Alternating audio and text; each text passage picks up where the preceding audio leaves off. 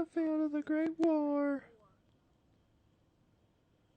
Two German scientists did something that they didn't think they could do, which was anal. And it was buried for centuries because they liked anal. Germany lost the war, little girl.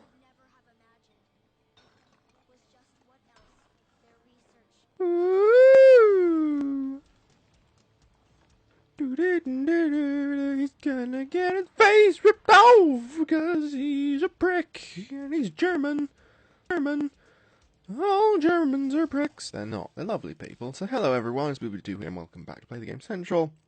And I am just going to be playing through Origins just because I felt like it, and nothing's happening right now in Tebunkars, and so I might as well get on with doing some stuff. I'm just gonna play the game, lol, and continue, and blah blah blah. First thing, brain there, Max's radio there, Max's radio there. First room covered, done. We swear there's some kind of magical thing in here, but we can't find it for the life of us if there is one, but there should be somewhere. So keep your eyes open and looking around, because that's a good thing to do. Now then. This is the first live comm technically on the channel. I'm not sure if... No one else has done live comms. Fuck them. It's just me. Me. Playing for the first time. Obviously, no. I'm just going to be playing this and see how far I go and see how well I do. I'm going to attempt to build a staff, but the staff on solo mode and just playing this map generally in solo mode is fairly difficult because building a staff is so much easier than it's so much easier when you're in a multiplayer game rather than in solo. It's like Buried's first half hour. It's just get the booze, get everything open, break everything open, get the box pinned in some lovely place, and it's about half an hour before you even start playing the map, and then it turns into round 2.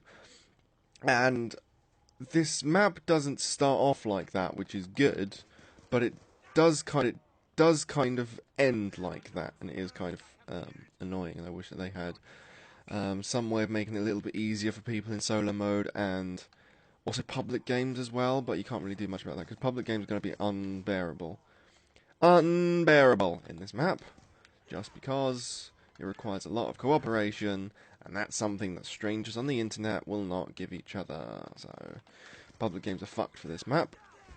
But in solo mode, I believe that they should have implemented some kind of system to make it a little bit easier to build all the stuff. Maybe just one or two. Maybe have the starflight pre-built in one kind of location, so you don't have to go into all 3 fucking giants and run around fucking everywhere, because that's fairly tedious and annoying. But you can't really do much about that, so whatever.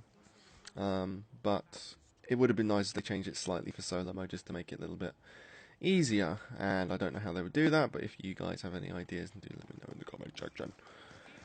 And I actually mean that, because I would actually like to know what in the poop your guys' ideas are for making the map better for solo. Because when the panda sold that sons, when the Santa sold that sons, he will sand some people with his eyeballs. The eyeballs will go into X-Men, and the X-Men will go, hey, Wolverine, what's with your eyeballs? I don't know who that is. It's a new X-Man called Basket Man, and he just goes around throwing footballs into people's gardens because that's just something that he likes to do for some reason. MP40, 1,300 points. It's a justified increase of points.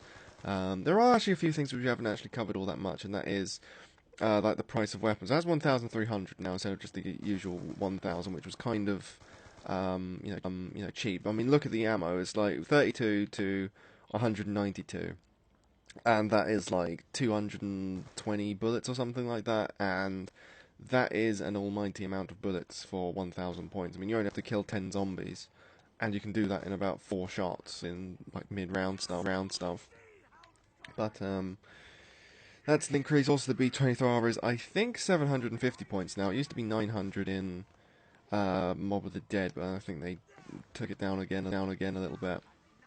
Also, the Remington, I believe, is 750 or 900 or 800 points. It's a lot cheaper now, and it's justified because, hi there. Well, it's free for me right now, but the shotguns in general, they're not,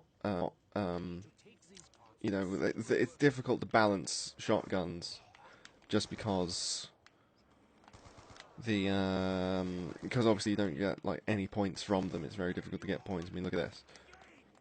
Just got a single 50. Whereas this, I get 110. Very good. Like that, see?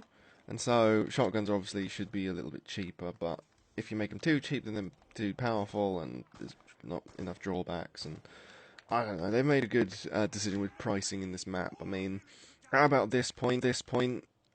I mean, I've got quite a few points. I mean, in terms of how many points I could possibly have gotten, this is a fairly decent amount, and this is 1,250, and I wouldn't be able to immediately go and buy Juggernog. And it's round 4, which most people would probably buy Jug by now by about round 6-ish. But they've made it different. The single-player team seems to like changing up their methods of powering things. I mean, first of all, they had Afterlife mode and Marbody did, and they got these generators, which are a good thing. I love these generators just because it keeps you on the move, especially since after a certain point in certain rounds, these guys will come back again, and you have to go kill them again to stop them from turning stuff off. But I think it would have been better if when they turned the generators off, the perk machines went offline, like properly, so you actually lose the perk effect. You still have it, but then you lose the perk effect. But I think that would make it a little bit too difficult, Maxis Radio. So I think that that's an option that I guess they could have at least played with and toyed with to begin with. But I think that they realise how difficult the map is, and I think they're actually going to be nerfing the Panzer Soldat just a little bit, make him a little bit easier, make his claw like shorter range, or make him do less damage or something, because he is a little bit too difficult, especially for solo mode. So that's great. Now I hear a car. It's probably Ben. Ben can join him. I'm not sure. It could be someone else entirely. He did call me a few times, just like, is Chris up? And I was like, no. I don't know. But that's a thing. The Giants have just gone, all 3 of them. I like when all 3 of them come along. They look very, very nice. And we keep on moving and moving. Let's go get up to Juggernog.